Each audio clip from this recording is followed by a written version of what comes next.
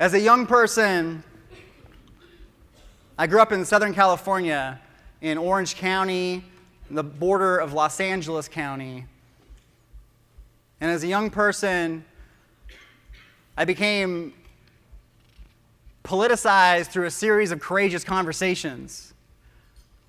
I remember in my public high school, my freshman year of high school, this beautiful boy got kicked out of his Catholic school. And I always thank God that he got kicked out of Catholic school.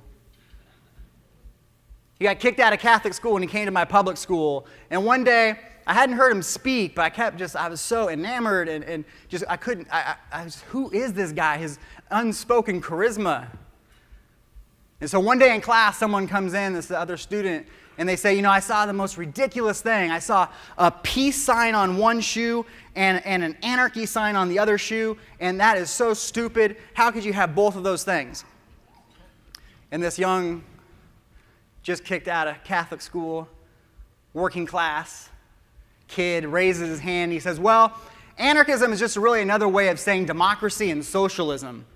And so without democracy and socialism, you're always going to have a ruling class that can afford to send poor people to fight wars. So as far as I can tell, the only way we can have peace is if we change the economic and political system in this country so that we have genuine democracy and genuine equality. Otherwise, rich people are going to send poor kids like me to fight their wars and make them rich. So as far as I can tell, the only way we're going to have peace is unless we have systemic justice and real change. I was like, sign me up for your best friend for life.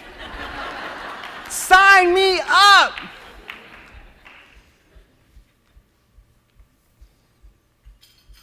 Shortly after that, we started getting involved in political activism and doing work together. But there was another kid in my high school who had a shaved head and at first would say, I'm white pride, not white power. He was a white pride, and then you scratch the surface, and then the racism and the anti-black racism in particular came flowing forward. So he's a skinhead, racist, committed to white pride, white power. And I tried to avoid him at all costs because he was a little bit bigger than me, he was a year older than me, and he just scared me. But my friend Mike got assigned to sit next to him, the racist skinhead, in one of his classes. And my friend Mike was committed to courageous conversations. And he started talking to the racist skinhead. Why do you believe what you believe? What is that all about? Why do you think white people are better than black people? Why do you think white people are better than these undocumented immigrants that you keep talking about? What is that about for you? And then after asking some questions, he started saying, you know what? Racism is a poison that is killing you. You and I are both white, working class kids. We have experienced the indignities of this system that makes us feel shame for the poverty of our parents and our uncles and our aunts. We have experienced the humiliations of being made fun of for wearing secondhand clothes, of not having the latest trending fashions and brands. We have experienced the humiliation of seeing our uncles and aunts working 2 and 3 jobs and still struggling to make sure their kids have food. We have seen the ways that people look at our mothers when they use their food stamps at the grocery store. We have experienced these humiliations of this capitalist system that profits off working class and poor people's suffering, and in exchange, they have given you racism. I might be working class, I might be poor, I might not have these things, but I'm better than these N-words. I'm better than these undocumented immigrants. This is my world. I'm white, and this is my world. You are being used. You are being played by the people who profit off of you and your family. You are being used.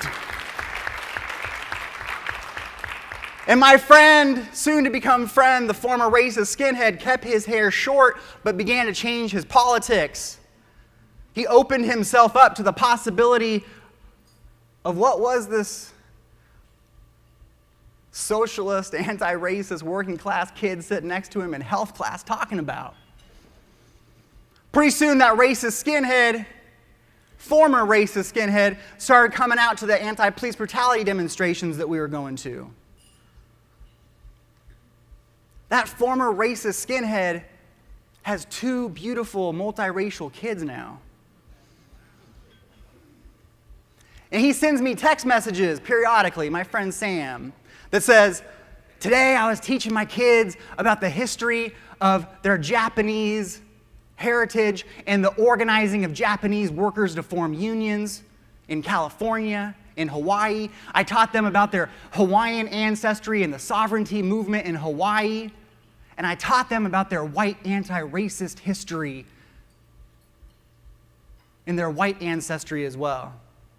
A courageous conversation that happened between 2 teenage kids, working class white kids, where one working class white kid said, I will refuse to stand by and let white supremacy have your heart, and I am going to fight for you. That courageous conversation transformed not only my friend Sam's life, but brought forward these children into this beautiful world that we are working to realize. Are you with me? Courageous conversations can change lives, can open up new possibilities for new futures to emerge.